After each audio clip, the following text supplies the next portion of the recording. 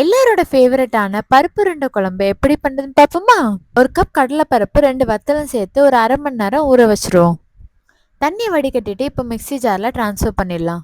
இப்போ இது கூடயே ஒரு டீஸ்பூன் ஜீரகமும் ஒரு பல் பூண்டும் போட்டு கிரைண்ட் பண்ணிப்போம். நான் கொஞ்சம் கொரகொரப்பா தான் அரைச்சிருக்கேன். உங்களுக்கு வேணும்னா நீங்க பேஸ்டாவும் அரைச்சிக்கலாம்.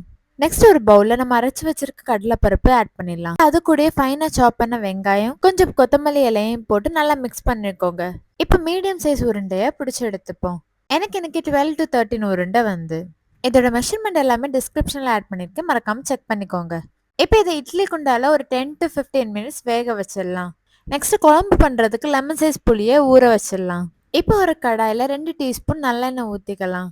எண்ணெய் சூடானோன்னு ஒரு டீஸ்பூன் கடுகு ஆட் பண்ணிக்கலாம். கடுகு நல்லா பொரிஞ்ச உடனே அரை டீஸ்பூன் வெந்தயம், 2 வத்தல் ஆட் பண்ணிக்கலாம். இப்போ அது கூட சின்ன வெங்காயமும் பூண்டும் ஆட் பண்ணி நல்லா வதக்கி விட்டுக்கோங்க. நெக்ஸ்ட் இதில் ஒரு தக்காளி ஆட் பண்ணி வதக்கி விட்டுக்கோங்க. இப்போ இதில் புளி தண்ணியும் நமக்கு தேவையான அளவு தண்ணியும் ஊற்றி மிக்ஸ் பண்ணி விட்டுக்கோங்க. அடுத்து இதில் 2 டீஸ்பூன் குழம்பு மிளகாய் பொடி, தேவையான அளவு உப்பு போட்டு மிக்ஸ் பண்ணி விட்டுக்கோங்க. குழம்பு நல்லா கொதி வந்த உடனே நம்ம பண்ணி வச்சிருக்க உருண்டையை ஆட் பண்ணிக்கலாம். இது ஒரு 10 to 15 மினிட்ஸ் மீடியம் ஃப்ளேமில் நல்லா பாயில் ஆகட்டும். ஃபைனலாக நல்லெண்ணெயில பூண்டு ஃப்ரை பண்ணி இதில் மிக்ஸ் பண்ணி விட்டுக்கோங்க. அவ்வளோதான், டேஸ்டியான பருப்பு உருண்டை குழம்பு ரெடி. இது சுட சுட சாதத்தோட சாப்பிட்டு பாருங்களேன், நீங்களே அடிமையாருவீங்க. ஸோ எதுக்கு வெயிட்டிங், டக்குன்னு போய் செஞ்சு பாருங்க.